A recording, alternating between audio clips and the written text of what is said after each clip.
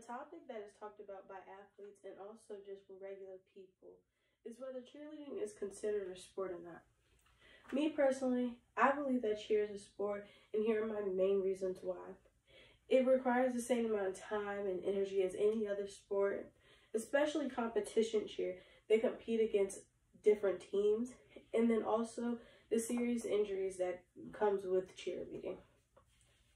So why don't you ask yourself, what is a sport and what considers a sport to be a sport? The definition of a sport by Webster Dictionary is an activity involving physical exertion and skill which an individual or team competes against another. Just like with cheer, you practice hours and days to make sure all your routines are flawless once you go out in front of an audience. And then on this article from BLHS News comes from a cheer coach herself stating that the sport cheerleading is underrepresented and they don't get the recognition it deserves. And for me, being a former cheerleader like myself, I would agree with that statement because we were really underrepresented. No one really understood what we did in practice because it was a close practice. So, people always thought, oh, they just dance and do whatever and have a fun time, which it really wasn't. We really did work hard and make sure all our routines were perfect before we went out in front of everybody and make sure it looked flawless. My second point is to talk about competition cheer, and especially during competition time. Basically what a competition consists of in the cheer world is different teams. It could be high school teams or outside of high school, different companies come together to do a 2-minute routine, and basically you are ranked first, second, third, and so on and so forth, and you win the titles.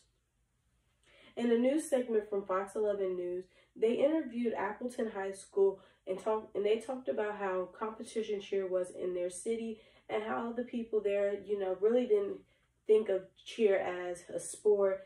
And they talked about, the amount of hours and all the time they put in to, perform this one-time 2-minute routine flawlessly. And I really enjoyed that because with me being a cheerleader, especially during competition time, when we had to do our competition routine and we were practicing it months and months just for this one day, just for you to perform it this one time, was something really big because you only had one time to perform it, and if you messed up, you messed up. You couldn't go back. So it does take a lot of time, dealing with competition cheer. And think about, football and basketball, how they come up with many different plays and they, practice those plays over and over and over again, just so when it's game time, the play is ran successfully and smoothly. That's the same thing with competition cheer. We practice our routine over and over and over again, just to make sure it is flawless for when it's time for the actual competition. And my last point as to why cheer should be considered a sport is the injuries that come with it. Not only with competition cheer do cheerleaders get hurt, but also with traditional cheer, many girls and men sometimes suffer from injuries. And the many things that, cheerleaders do, such as stunting, jumping, anything of the sort, you can get injured from. And a lot of us as cheerleaders, especially me being a former cheerleader, we took many safety precautions just to avoid, or try to avoid the limitations of us being hurt. And according to Delaney Wilson, a high school cheer coach, in her article, she talked about in 2012, the study ran by the American Academy of Pediatrics.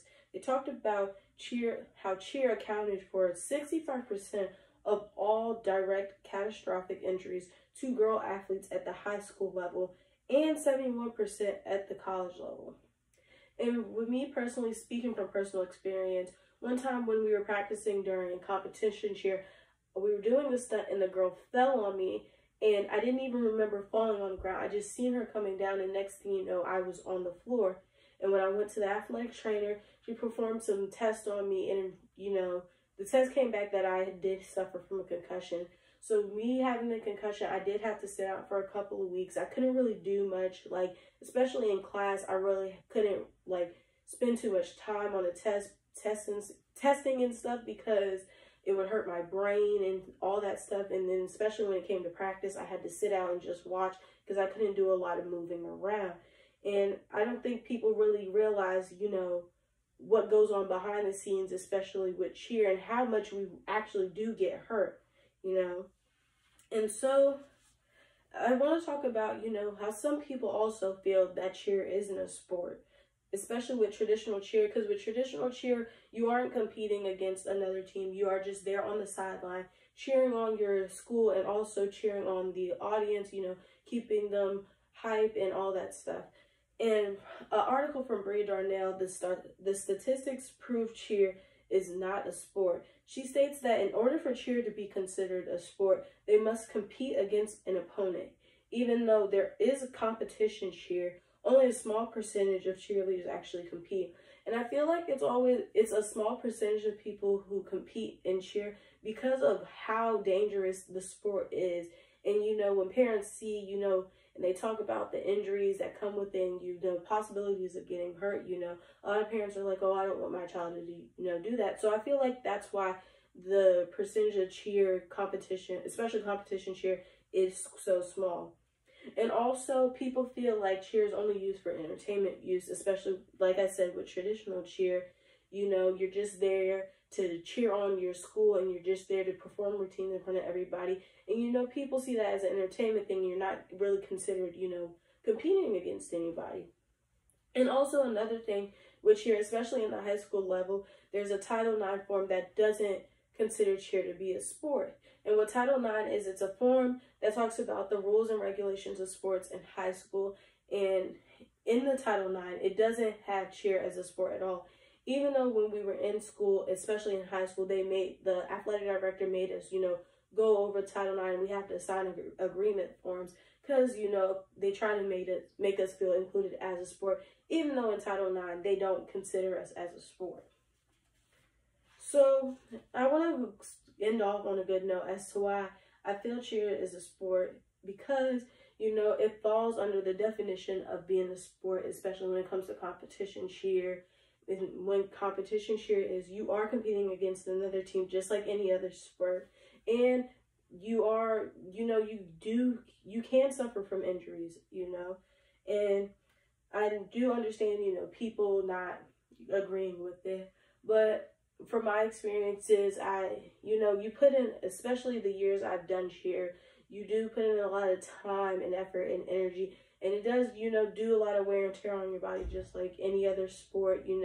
Over time, your body does start to kind of like have a lot of wear and tear on it. And that's what I've had with cheer, especially with my knees and stuff, because my knees kind of hurt more now from cheering from all those years. So now my knees kind of are dealing with the pain now. And, if you stand with cheer not being a sport, I hope my points today have changed your point of view on cheer, and maybe you'll consider cheer being a sport one day.